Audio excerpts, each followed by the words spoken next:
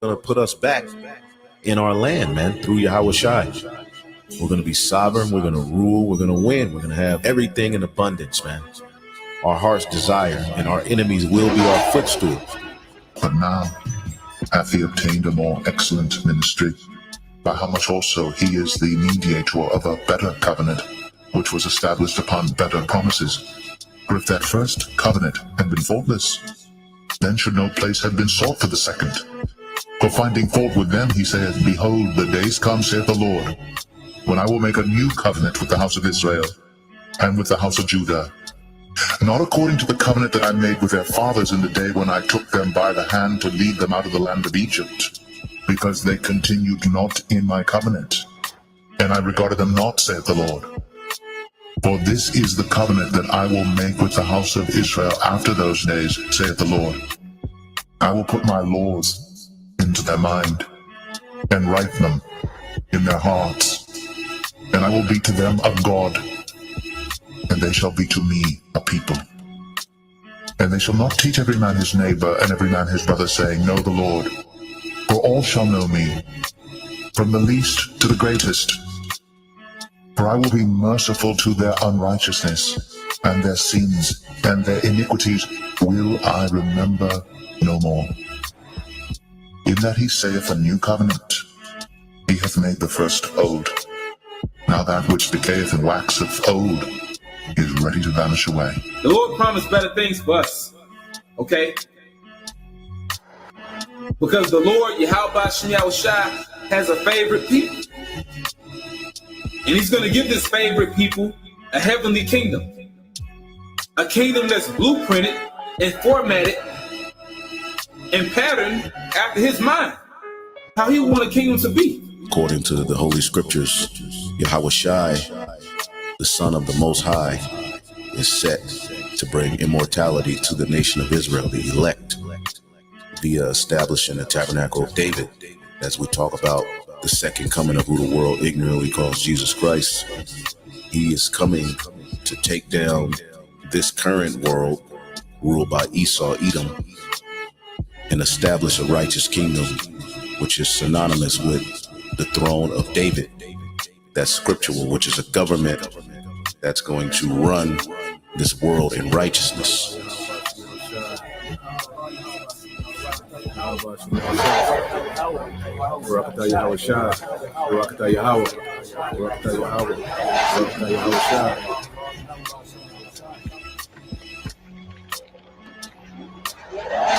The Lord is going to put us back in our land, man, through Yahweh Shai.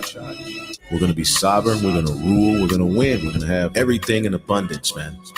Our heart's desire, and our enemies will be our footstool.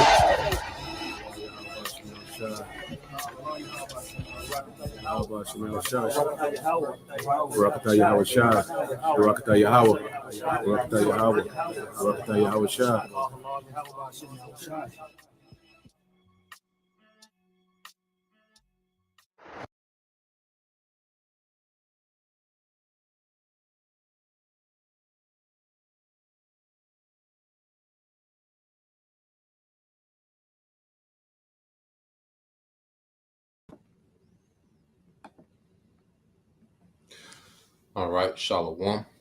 First and foremost, I would like to give all praise and glory unto Yahweh, Bahashem, Yahweh Shah, Bahashem, Kakadash. Double honors unto the apostles and the elders, GMS, who rule well, teach well, being great examples to his younger brothers. And peace and blessing, salutations to hopeful look out there pushing his word and truth. And in sincerity across the four winds, in the name of Yahweh, Bahashem, Yahweh Shah, pushing to get up out of here. Shalom to the hopeful look, the believers, the listeners, whom have came back to the obedience of the scriptures through faith in Yahweh, Bahashem, Yahweh Shah. All right, and what I want to get into, is the latest news dealing with, the incident, that's been happening in Niger, over there in Africa, and just going to show, all right, how Russia is using this opportunity to get into position, because what's happening in America is falling out of favor, all right, on the world stage,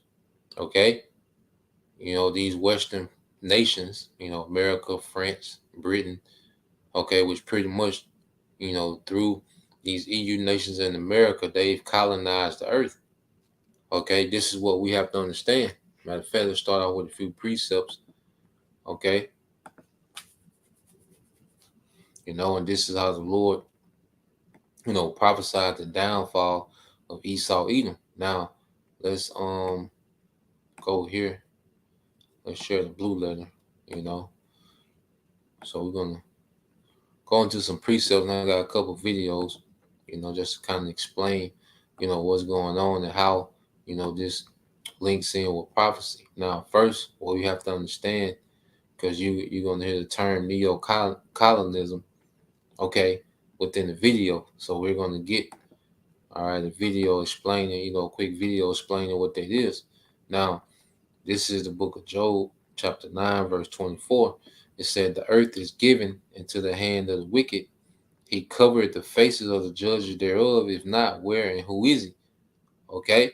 And we want to harp on the earth given into the hand of the authority of the wicked, which is Esau Edom.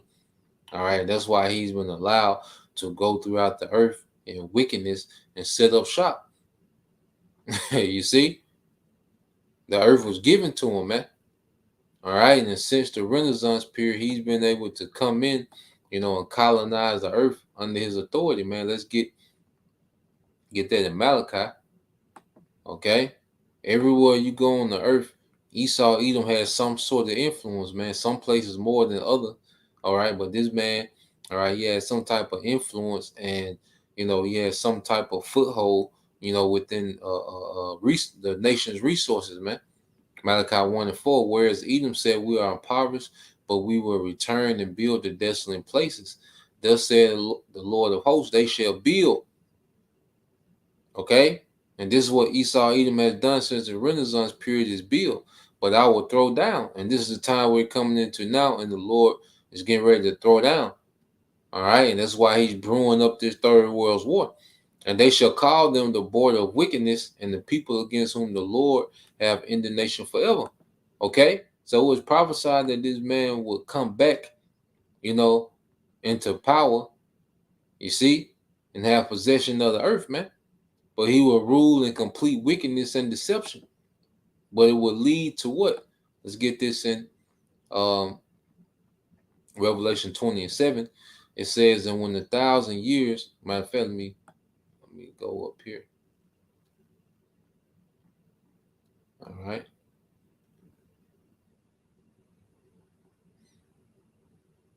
It's in Revelation 21. It says, "And I saw an angel come down from heaven, having the key of the bottomless pit and a great chain in his hand." It's Yahweh Shai. Yahweh Shai has the authority to put nations in captivity and take nations out. That's why he's coming to deliver us out of captivity and put all these other nations in. Okay? But this is when Esau, all right, was bound, and restrained from rulership for that 1,000-year period. Verse 2 says, "And he laid hold on the dragon, that old serpent," all right, the Roman Empire ran by Esau Edom. Okay? As we had the fall of the Western Roman Empire, man, which is the devil and Satan, and bound him 1,000 years. And they call this period the Dark Ages. That's because what? Jake was in authority, man. Okay, now Jake was going off, but they still had more integrity than Esau, man. Okay, now you jump down to verse 7, the continuation. It says, "And when 1,000 years are expired, Satan shall be loose out of his prison." This is Esau Edom, Shaitan, the adversary. Okay, the physical counterpart of Satan in the earth. So he was loose, and it says, "And shall go out to deceive the nations which are in the four quarters of the earth." So Esau came back in power, all right, and his power structure is rooted in the foundation of what? Deception. Okay, mainly his false narrative dealing with Christianity. Okay, you have iconoclasm. All right, was he painted over the dark images? So his false religion, his false history, okay, and his many other deceptions will go out to the four quarters of the earth, man. And that's why the foundation of his empire was rooted in lies. That's why the undoing of his empire is what? Undoing those lies with truth. Okay? Bringing down the strongholds of this man's deception, man. Okay? It says, and shall go out to deceive the nation which are in the four quarters of the earth, Gog and Magog, which is Russia, to gather them together to battle, the number of whom is the sand of the sea. Okay? So Esau will come into power during the Renaissance period, go out with deception. Okay? But it was going to lead to a major conflict with Gog and Magog, which is Russia, man. Okay? And this is going to be the end of Esau's empire. Let's get that in Isaiah. Okay? In Isaiah 13 and 17, we get straight to the point. It says, behold, I will stir up the Medes against them. All right? And the Medes are what? Russia. Okay? We shall not regard silver, and as for gold, they shall not delight in it. Their bows, okay, those missiles, also shall dash the young men to pieces, and they shall have no pity on the fruit of the womb, and their eye shall not spare children. And Babylon, the glory of kingdoms, the beauty of the Chaldees' excellency, all right? Well, the Chaldees are these elites of today, and America has been, pretty much the prototype of how they want the earth, within their NWO. Freaked out, okay, perverse, lawless, okay, anti-Messiah. You see? So this has been the elite's playground over here in America, man. The Chaldeans' excellency, man, okay, shall be as one of the most high, all right, overthrew Sodom and Gomorrah and dealt with fire. Okay? So let's go from there. And I want to get into what is neo, all right, colonization or colonialism, It's a quick video. I'm going to go ahead and cue it up. All right. And so we can have all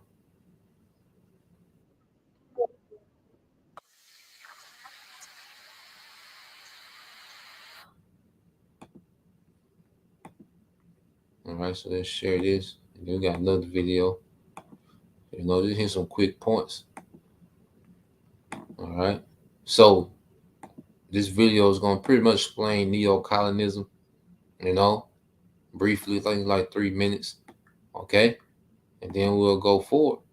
All right. But Esau Edom has been able, to pretty much heap up all people into themselves because it's his time to rule. This is prophetic. Okay. So let me play this.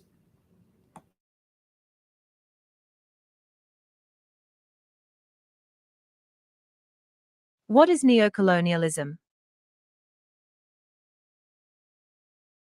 Broadly construed, the term neocolonialism refers to the control of less developed countries by developed ones through indirect means. It was first used after World War II to refer to the continuing dependence of former colonies on foreign countries. However, its meaning soon broadened to apply, more generally, to places where the power of developed countries was used to produce a colonial-like exploitation. A concrete example of this is the Philippines. Although the Philippines gained independence from the United States in 1946, it continues, up until now, to be controlled, albeit in a subtle way, by the latter through the imposition of unequal treaties and trade agreements, especially with the intrusion and penetration of transnational corporations in the country. It is important to note that the term neocolonialism is now an unambiguously negative one that is widely used to refer to a form of global power in which transnational corporations and global and multilateral institutions combine to perpetuate colonial forms of exploitation of developing countries. In fact, neocolonialism has been broadly understood as a further development of capitalism that enables capitalist powers, both nations and corporations, to dominate subject nations through the operations of international capitalism rather than by means of direct rule. As we can see, neocolonial governance is seen as operating through indirect forms of control, and, in particular, by means of the economic, financial, and trade policies of transnational corporations and global and multilateral institutions. Critics argue that neocolonialism operates through the investments of multinational corporations that, while enriching a few in underdeveloped countries, keep those countries, as a whole in a situation of dependency. Such investments also serve to cultivate underdeveloped countries as reservoirs of cheap labor and raw materials. International financial institutions, such as the International Monetary Fund and the World Bank, also are often accused of participating in neocolonialism by making loans, as well as other forms of economic aid, that are conditional on the recipient countries taking steps favorable to those represented by these institutions, but detrimental to their own economies. Thus, although many people see these corporations and institutions as part of an essentially new global order, the notion of neocolonialism sheds light on what, in this system and constellation of power, represents continuity between the present and past. Historically speaking, the term neocolonialism was originally applied to European policies that were seen as schemes to maintain control of African and other dependencies. The event that marked the beginning of this usage was a meeting of European heads of government in Paris in 1957, where 6 European leaders agreed to include their overseas territories within the European Common Market under trade arrangements that were seen by some national leaders and groups as representing a new form of economic domination over French-occupied Africa and the colonial territories of Italy, Belgium, and the Netherlands. The agreement reached at Paris was codified in the Treaty of Rome in 1957, which established the European Economic Community, or Common Market.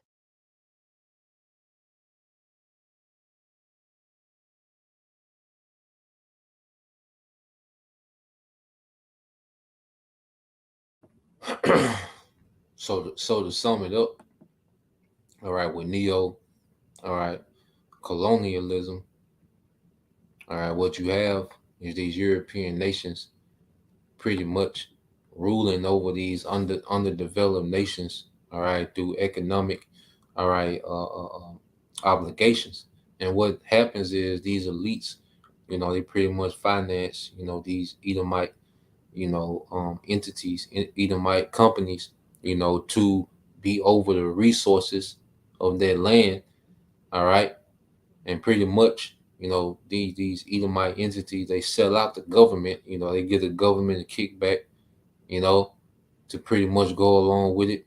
All right. So you have the people, the masses of the people being sold out by the government, and these entities that these these locals work for, these big corporations that these locals work for are Edomite corporations. Okay.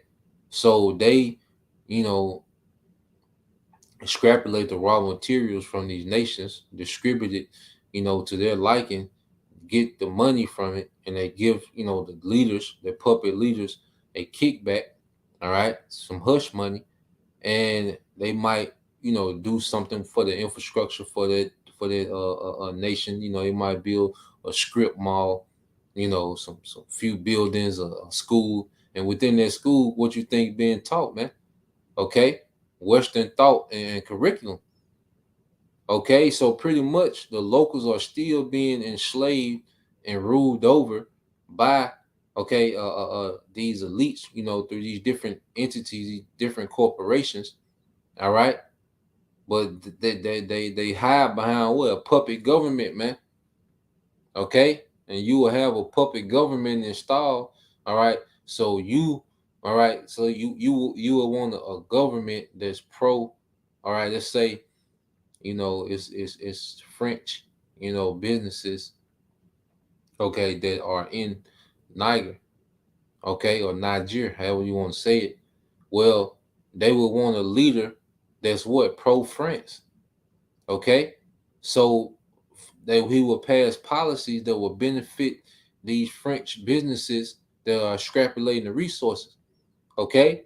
And what you had in Niger is the military, all right, has pretty much did a coup and moved that guy out, okay, to get a leader in that was for the people, okay? And what you have, Russia is taking advantage of this opportunity to come in and assist, okay, militarily, man, all right? Even with food, which we're going to get that. Now, this is nothing new, all right, where you will have, the regional powers will set up puppet governments, okay, within the region, all right, that will benefit the regional power. Okay, it happened in the scriptures. It happened with us. Okay, let me just get some examples real quick. Okay, and then we'll go back. Now, I want to get those examples, and then we'll go forward. Now, this is let me see. Yeah, let's get Second Kings. All right, 23. And we start at 29. All right, this Second Kings 23 and 29. All right. It says, in the days of Pharaoh Necho, king of Egypt, went up against the king of Assyria to the river Euphrates, and King Josiah went against him, and he slew him at Megiddo. When he had seen him, Josiah died in battle, and his servants carried him in a chariot dead from Megiddo and brought him into Jerusalem and buried him in his own sepulchre. And the people of the land took Jehoaz, the son of Josiah, and anointed him and made him king in his father's stead. Jehoaz was 20. All right. Jehoaz was 23 years old when he began to reign, and he reigned 3 months in Jerusalem. And his mother name was Hamatal, the daughter of Jeremiah of Libnah. And he did that which was evil. And he did that which was evil in the sight of the Lord, according to all that his fathers had done. And Pharaoh Necho put him in bands. Okay. Hold on. Come on, man. Damn.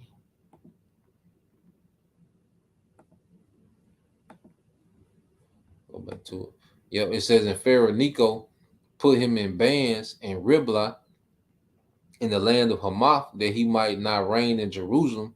And he put the land to a tribute of 100 talents of silver and gold. So you had Egypt, which was a regional power at the time, okay, remove, okay, a Israelite king, put Israel under tribute in order to, all right, collect that tribute. What did he do? And Pharaoh Necho made Eliakim, the son of Josiah, king in the room of Josiah, his father, and turned his knee to Joachim, and took Jehoaz away, and he came to Egypt and died there. Okay, so you had the Pharaoh Necho of Egypt, okay, put pretty much a puppet king in place in Israel to collect that tribute. Okay, he put a Egypt friendly king in power. All right, this is what, you know, regional powers or superpowers would do. They would set up puppet leaders, okay, to pretty much keep the people in control. All right, while, you know,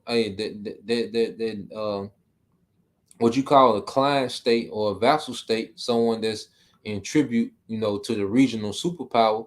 Okay, so they will put a puppet leader up for their client state or their vassal state.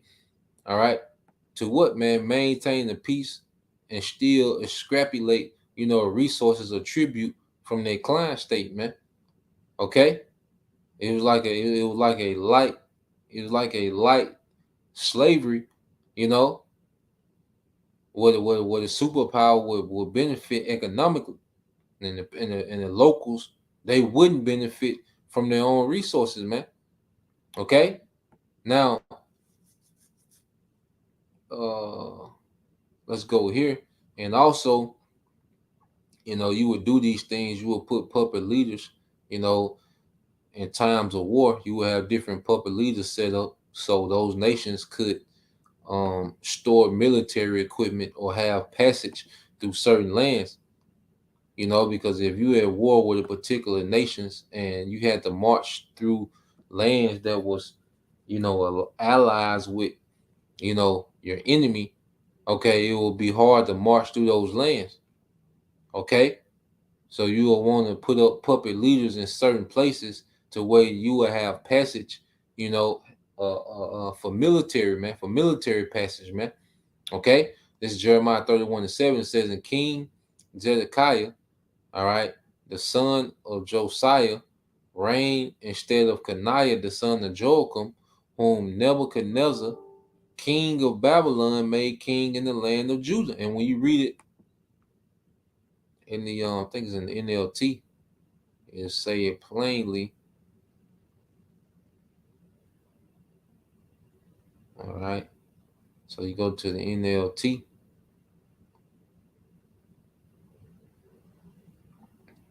All right, it says Zedekiah, son of Josiah, succeeded Jehoiakim, son of Jehoiakim, as the king of Judah. He was appointed. You see that? He was appointed by King Nebuchadnezzar of Babylon. Okay, so Nebuchadnezzar, he appointed pretty much a puppet leader, all right, for Jake, for the southern kingdom. Okay.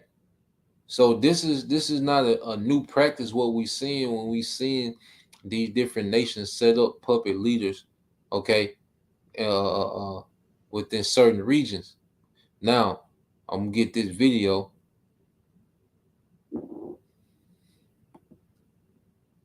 Okay, matter of fact, let me get this prophecy. Then I'm gonna get the video. Okay, let me go in the book of Habakkuk.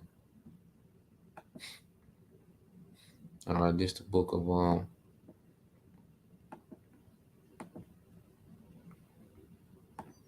it's the book of Habakkuk. Okay, verses 1 and 6. It says, "For lo, I will raise up the Chaldeans, that bitter and hasty nation, which shall march through the breadth of the land to possess the dwelling places that are not theirs," man. And we see this today with this beast system, man. Okay, under the authority of who? The elites, the modern day Chaldeans. Okay, the ancient Babylonians, they came in this, in the same energy as well. When they marched through the land, adding into their empire. Okay, but now Esau, Edom, in this time, with the daughter of Babylon, which is America, Babylon the Great, is doing it on a much greater scale. And that's another reason why America is referred to Babylon the Great, because the things that Babylon did economically, militarily, America does on a much broader and greater scale. Okay? It says they are terrible and dreadful. Their judgment and their dignity shall proceed of themselves. Their horses are swifter than the leopards and are more fierce than the evening wolves. Their military and their horsemen shall spread themselves.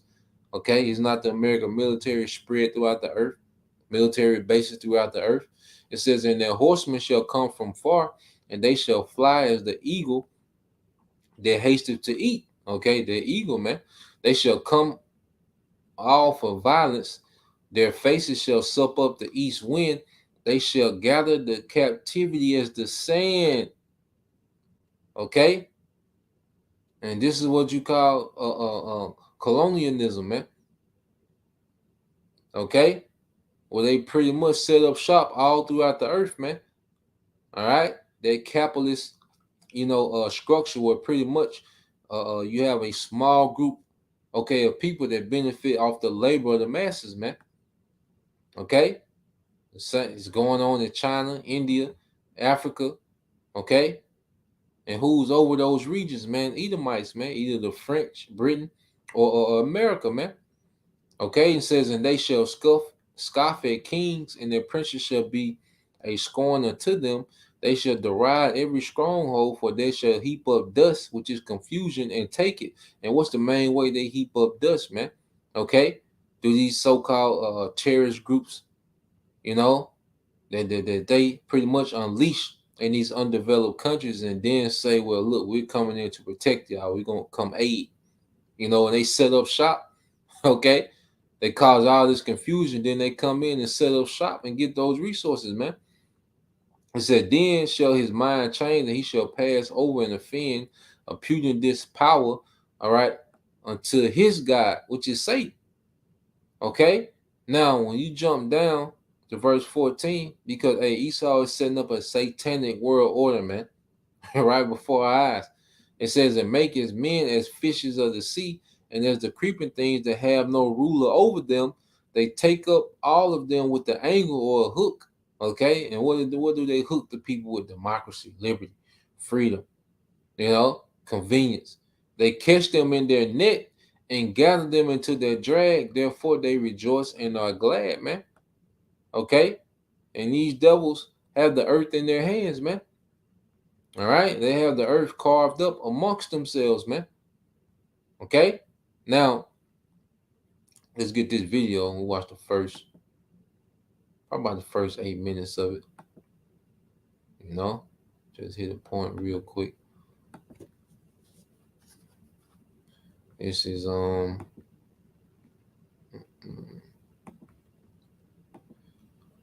know, they're gonna speak on, you know, what's happening, you know, what's been going on over there in that region.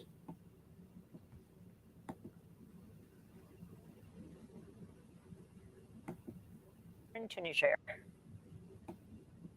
This is Democracy Now!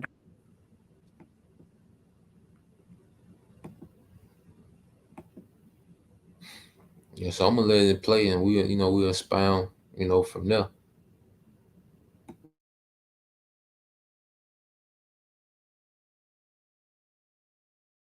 This is Democracy Now!, democracynow.org, The War and Peace Report. I'm Amy Goodman. As we turn to Niger, a week after a military coup ousted President Mohamed Bazoum, the leader of Niger's new military junta has vowed to defy any attempts to restore the ousted president to power.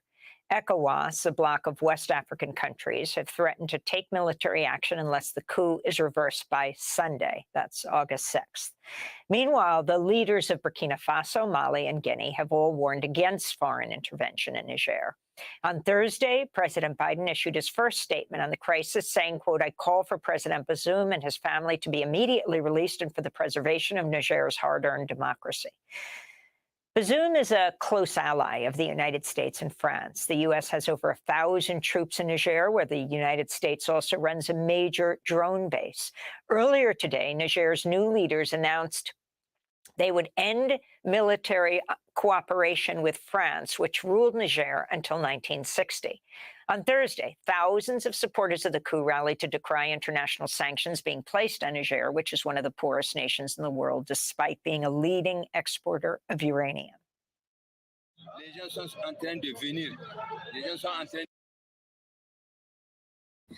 You see, they're one of the poorest nations in the world, despite being one of the leading, all right, exporters of uranium, you know, which is a substance used, you know, in nuclear power and nuclear weaponry. Okay? So that's why, you know, this place is going to play a vital part in this war, man, because when you go to war, you utilize resources, man. So what we're seeing these Edomites doing is pretty much trying to show up resources, trying to procure resources, all right, and create these pipelines of resources to their military, man, okay, for this war that's brewing, okay?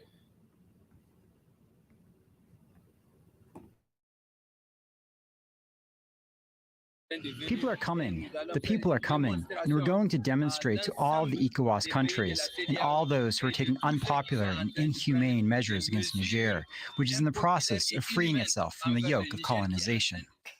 We're joined now by two guests. Olayinka Jala is senior lecturer in politics and international relations at Leeds Beckett University. His new piece for The Conversation is headlined, "What Caused the Coup in Niger?" An expert outlines 3 driving factors. He's joining us from Glasgow, Scotland. And in New Jersey, we're joined by Nick Turse, investigative journalist, contributing writer for The Intercept, recently revealed one of the leaders of the coup in Niger, the Brigadier General Moussa Salou Bahmoud. And Baba Kasham, bro, could you put Revelation 6 and 4? And I wanted to get that in the book of Psalms. Let me see.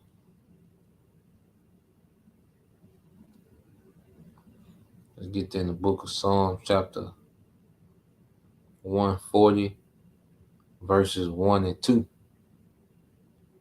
And let's get that in St. John chapter 10, verses 10. So let's get that Revelation 6 and 4, the book of Psalms, chapter 140. All right, verses 1 and 2, and St. John 10 and 10. Baba Kasham.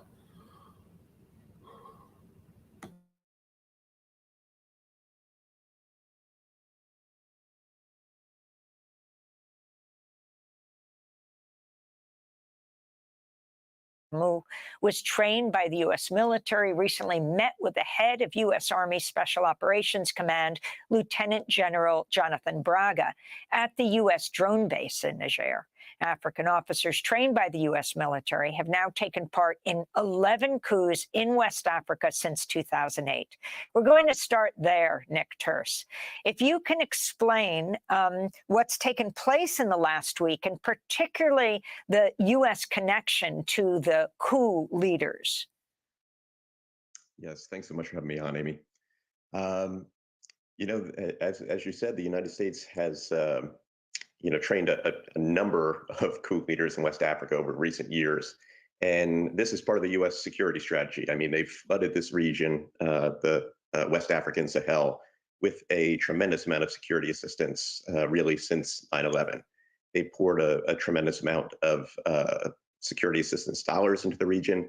They've built a plethora of small U.S. outposts.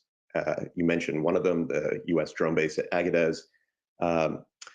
They built up militaries in the region at the expense of building up civilian institutions and civil society. And this U.S. security assistance, U.S. counterterrorism paradigm really hasn't been successful over this time. Back in 2002, 2003, when security assistance to Niger first began, the State Department counted just 9 terrorist attacks in sub-Saharan Africa. Last year, in just Niger and its neighbors, Burkina Faso and Mali alone, the Pentagon counted more than 2,700. So you're talking about something like a 30,000% increase. So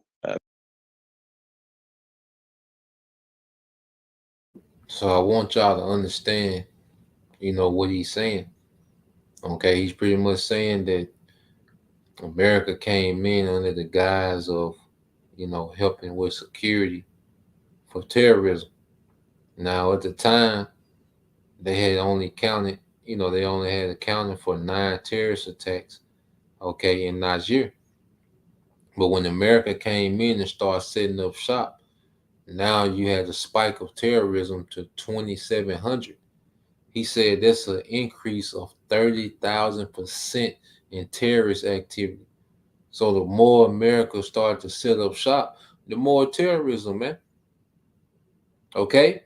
Which explains, okay, what the scriptures explain, this is how this devil moves, man. Okay? It had nothing to do with terrorism. Remember, they heap up dust, which is confusion. See, Esau operates in chaos. While everyone is distracted, okay, with chaos that he created, that's when he does, his swindling, his willing and dealing, man. Okay? So let's go here. Let's get a few precepts. All right, this book of Revelation, chapter 6, verse 4. Okay, this book of Revelation, chapter 6, Slaki, that's 4. All right.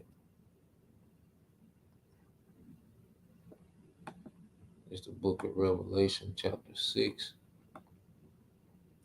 verse 4. And it says, and there went out another horse that was red, and power was given to him that sat thereon to take peace from the earth, and that they should kill one another. And there was given unto him a great sword. And this is what these devils do, man.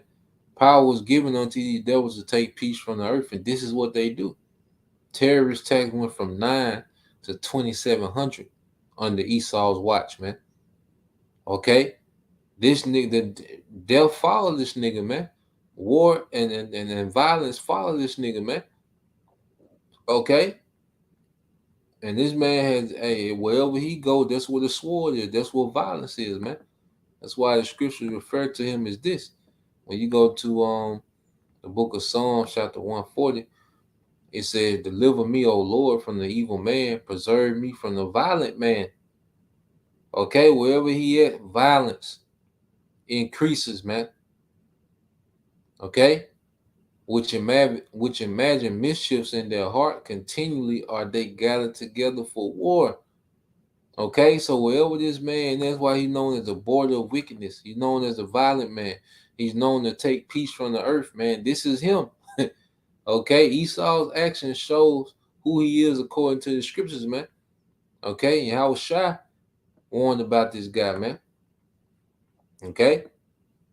It's the book of St. John, chapter 10, verse 10. It says, the thief cometh not but for to steal and to kill and to destroy. Okay?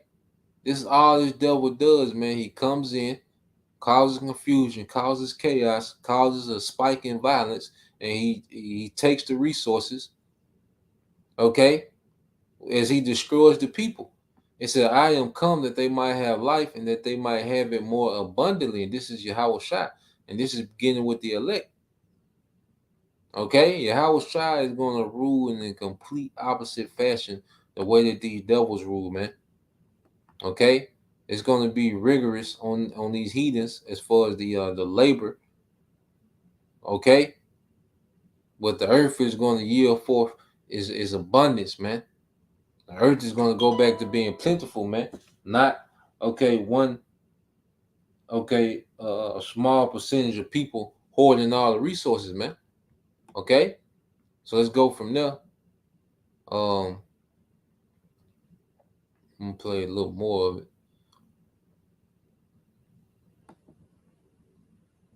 Go back to a video.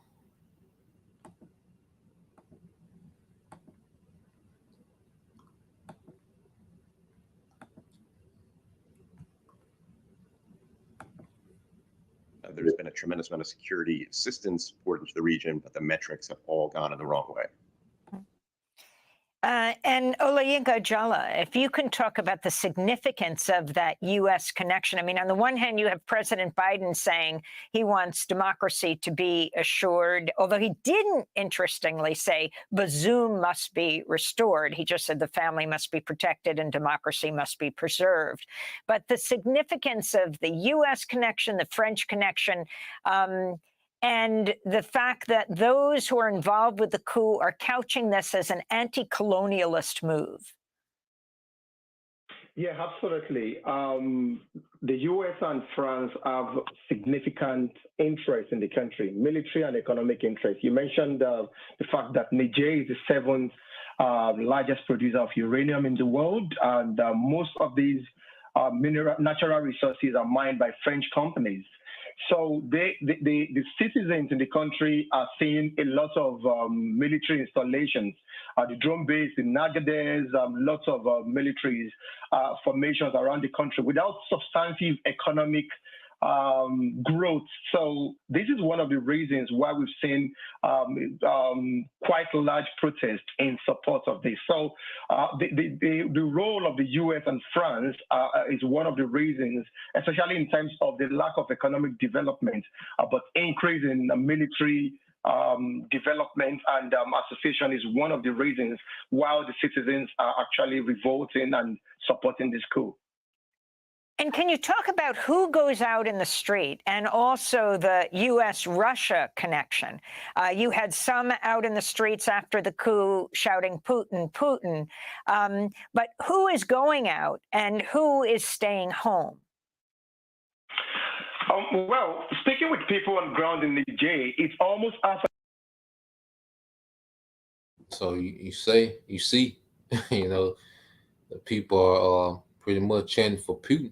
And the Lord got set up where Putin, you know, is this, you know, heroic figure, you know, in their region. Okay?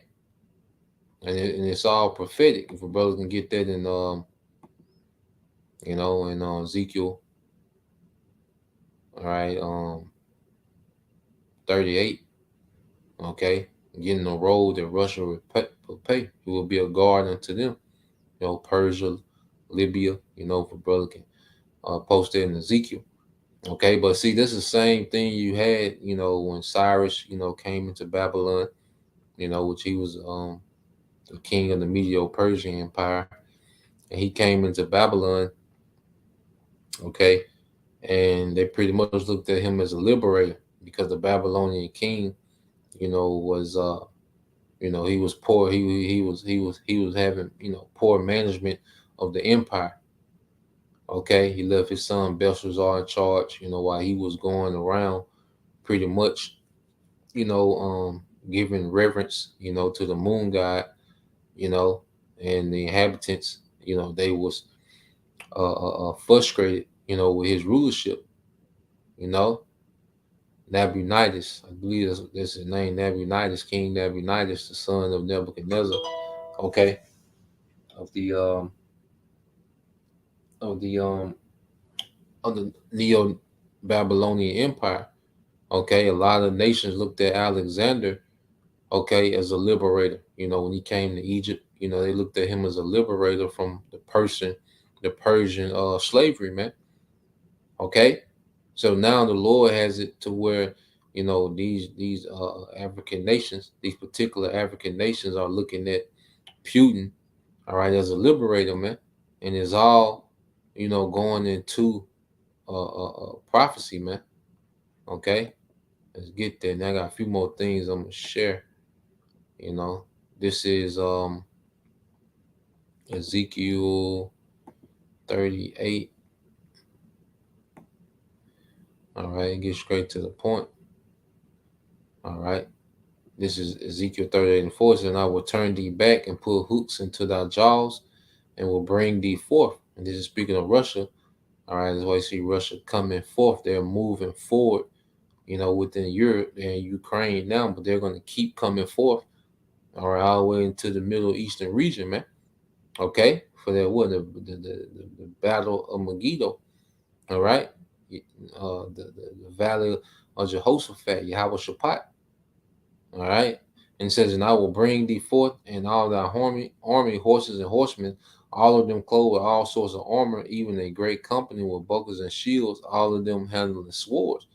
Okay, and then Russia is becoming one of the main arms dealers, all right, in their region of the earth, man. Okay, India, Iran, okay, and even now, these certain African countries, man. All right, Persia, Ethiopia, and Libya. All right, with them, all of them with shield and helmet. So it's mentioned Persia, which is Iran, Ethiopia, and Libya, which are what? African countries, man. Okay, and you go here. All right, let's pull this up real quick. Pull this up.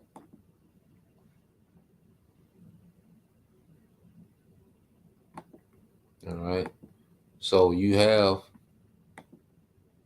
if you can see it, you got 6 African countries that Russia is in talks with about sending them grain, okay, which is food. Okay, it said Russia intends to ship up to 50,000 tons of grain aid to Burkina Faso, Zimbabwe, Mali, Somalia, Eritrea, and Central African Republic in the next 3 to 4 months, Putin said. Okay, and he's doing it at no cost. Putin promises no cost Russian grain shipment to 6 African countries, man. Okay, and why is he doing this, man? All right, because these Edomites are taking advantage of the poverty that's in Africa, and also this is a military strategy, man. Because you gotta look at the map. Okay, look at the map and understand strategy, man. Okay, so you look at the map. All right, this is the map in. Hold on, Slocky. Same thing.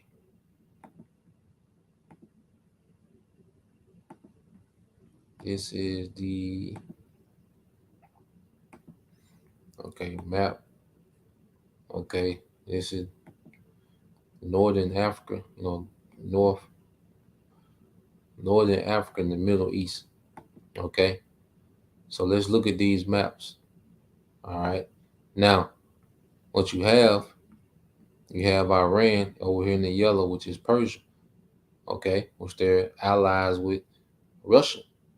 Okay, then you have Saudi Arabia, which is pretty much allies with America. All right, so you have U.S. military assets in the UAE. Okay, in in Yemen. Okay, you see in Qatar. Okay, well, guess what? And, you know, Russia has the alliance with Iran, and now these African countries, Niger, Mali, okay, that we just read, okay, Russia is trying to, okay, you got Central African Republic right here on the other side of Sudan, okay, and then Russia already has ties with Libya, okay, so they get Niger, Mali, now they're able to position assets, military assets here, okay, you see, and then you got Libya, which has a coast in the Mediterranean Sea. See, all these things are gonna play a factor in this war coming up, man. Okay, so we see these nations putting themselves in position, man. Okay, so when war break out, they're gonna have assets already in particular positions, man. Okay, you got Somalia, which is right here to the south, you know, because then they say Ethiopia, which was Somalia is right here bordering Ethiopia. Okay, so prophecy is playing out perfectly, man. Okay, so we're seeing the Lord position these nations for this third world war.